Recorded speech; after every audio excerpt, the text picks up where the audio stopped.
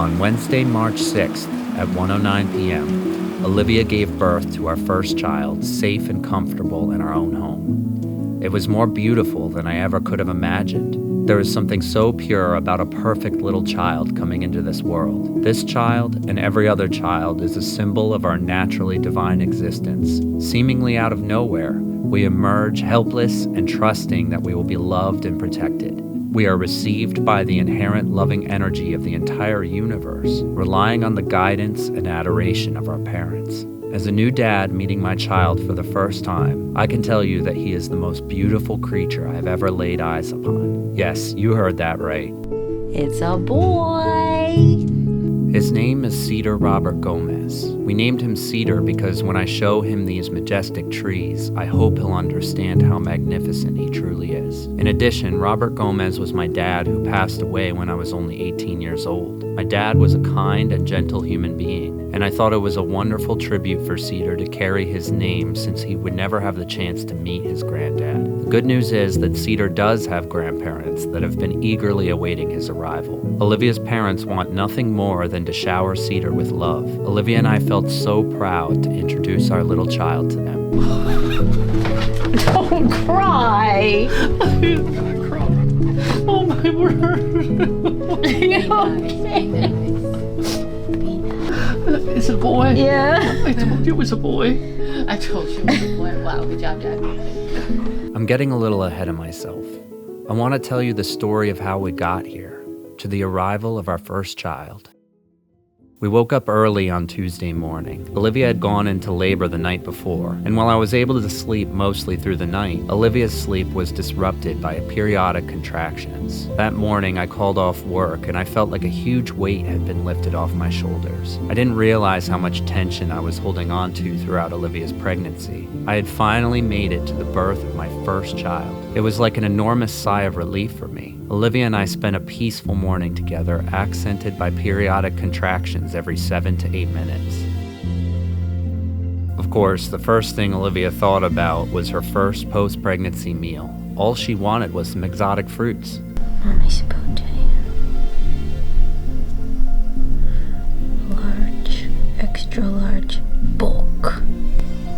It says 1 to 2 weeks to ship. We spent our time reminiscing about our own childhoods. Olivia was also taking the time to remind herself everything she knew about birth, that it could be peaceful, beautiful, and transcendent. She is about to go through the biggest act of love. It was wonderful to spend those peaceful moments with Olivia before one of the most consequential experiences of our entire lives. These were our last moments as just a married couple, and we savored it as much as we possibly could. We listened to relaxing music, cuddled, and laughed together. Come on down the birth canal. You know, like from The Price is Right. The Price is Right. You're the next contestant on You're Birth. the next one to come into this world. Through the birth canal. Come on down. As the day continued, it didn't seem like the labor had progressed that much. Sure, Olivia was experiencing more pain as the contractions came closer together, but it didn't feel like we were much closer to the arrival of our baby. I felt completely helpless as I was watching Olivia experience so much pain, and it didn't seem like there was much I could do to make it any easier for her. Evening came, and I had expected that we would have our baby at this point, but instead, Olivia was writhing in pain in the bathtub, and I laid next to her all night fighting sleep as my eyes were getting heavy. This period of time was really difficult for both of us. There was nothing to do but to go through it, no matter how terrifying or awful it was. By the next morning, we had both been through one of the most difficult and restless nights of our entire lives. We were drained and ready for the whole thing to end. Slowly, with the encouragement and support of a trusted friend, we regained the courage and strength to push through. At this point, Olivia was having contractions every minute or two, and I used some counter-pressure techniques, pushing on Olivia's hips to alleviate some of the pressure. We were exhausted, and just when we thought we couldn't take any more, baby crowned. Oh, man. I helped Olivia into the tub, she pushed, and all of a sudden the baby came, covered in blood and screaming. It felt so surreal. I began to cry because I was so overwhelmed with emotion. All of a sudden, there was this perfectly healthy and beautiful child in our presence. The experience felt visceral and raw, yet so obviously simple, like it was the most natural experience I could have. It was a powerful and profound moment where all our fear and anguish disappeared into joy and awe.